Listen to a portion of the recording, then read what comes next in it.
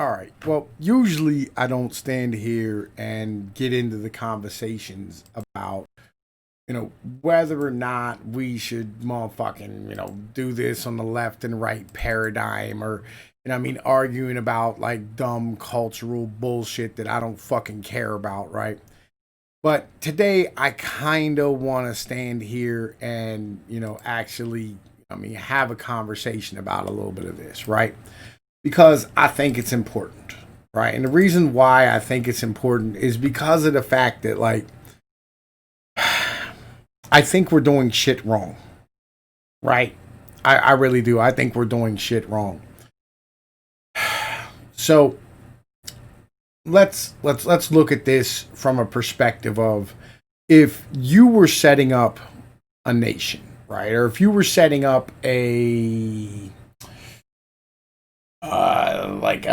tribute to a nation, right? If you were setting up a monument to a nation, right? Or a monument that represented a bunch of states in your nation, a bunch of colonies, a bunch of districts, whatever the case might be, right?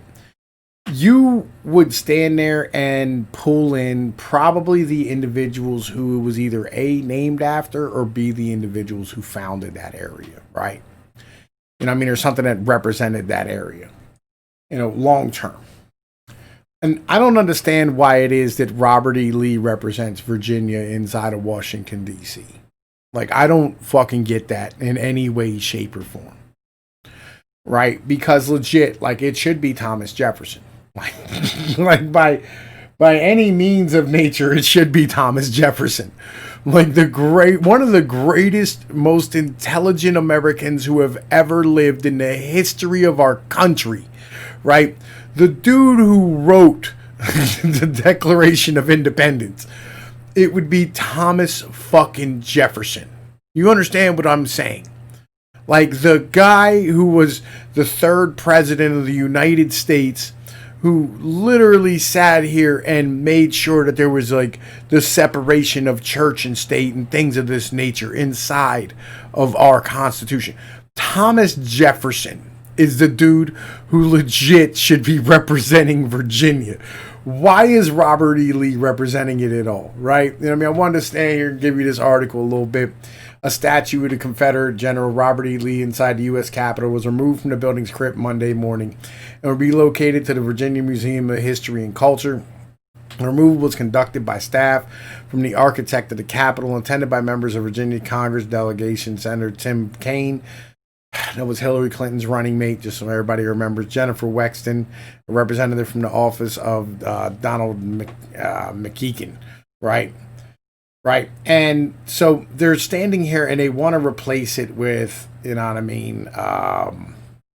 Let's see here. Who was Barbara Jones or Barbara Johns. Okay, look, first off, nobody knows who Barbara Johns is. Okay, so she can't represent your state if nobody knows who the fuck she is, just to begin with, right? Like that's kind of fucking important. All right, legit. Like, look. Okay, I live in Pennsylvania. Okay, so if you wanted to represent Pennsylvania, you would want one of two choices: either Ben Franklin or William Penn. Right? It's that simple. Those are the two people who represent Pennsylvania. Like it's that basic, right? You start talking about Massachusetts, you go to John Adams, you go to Sam Adams, right? Like this is how this operates. And there might be some people who, like you don't recognize who, like are individuals who represented your states when they first became states. But like you should probably know them, right? Legit, you should probably know who they are. And it's kind of important that you have that conversation and that we have this conversation properly, right? So the next time that like they stand here and go like, we want to, sit here and, replace it with a broad who led 450 of her classmates in a 2-week-long strike against unequal school conditions, right? You should go, yeah, but it should probably be Thomas Jefferson. You know what I'm saying? Like, it should probably be, the dude who wrote our Declaration of Independence. Like, why are we having this conversation this way? I don't understand. Like, legit, I don't get it. Like, real shit. I don't understand. Like, why is this even a conversation? Like, I understand, like, Thomas Jefferson had slaves and he slept with his slaves and all this dumb nonsense and bullshit, whatever. I don't really care about that, right?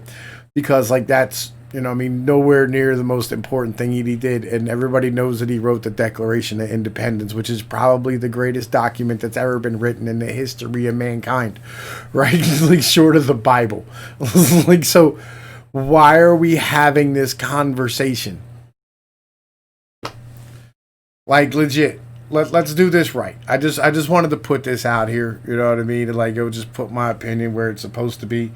Like, you fucking people are retarded for making Robert E. Lee the individual who represented the fucking state in, you know, the fucking capital.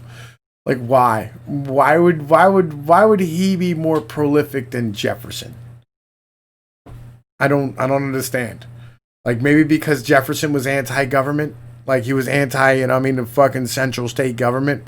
But then again, he did the Louisiana Purchase. So, you know, it is what it is. But anyway, yo, look, man, I'm Tom Pease with Pnoid News. Y'all know that they're like, share, subscribe, man. Peace.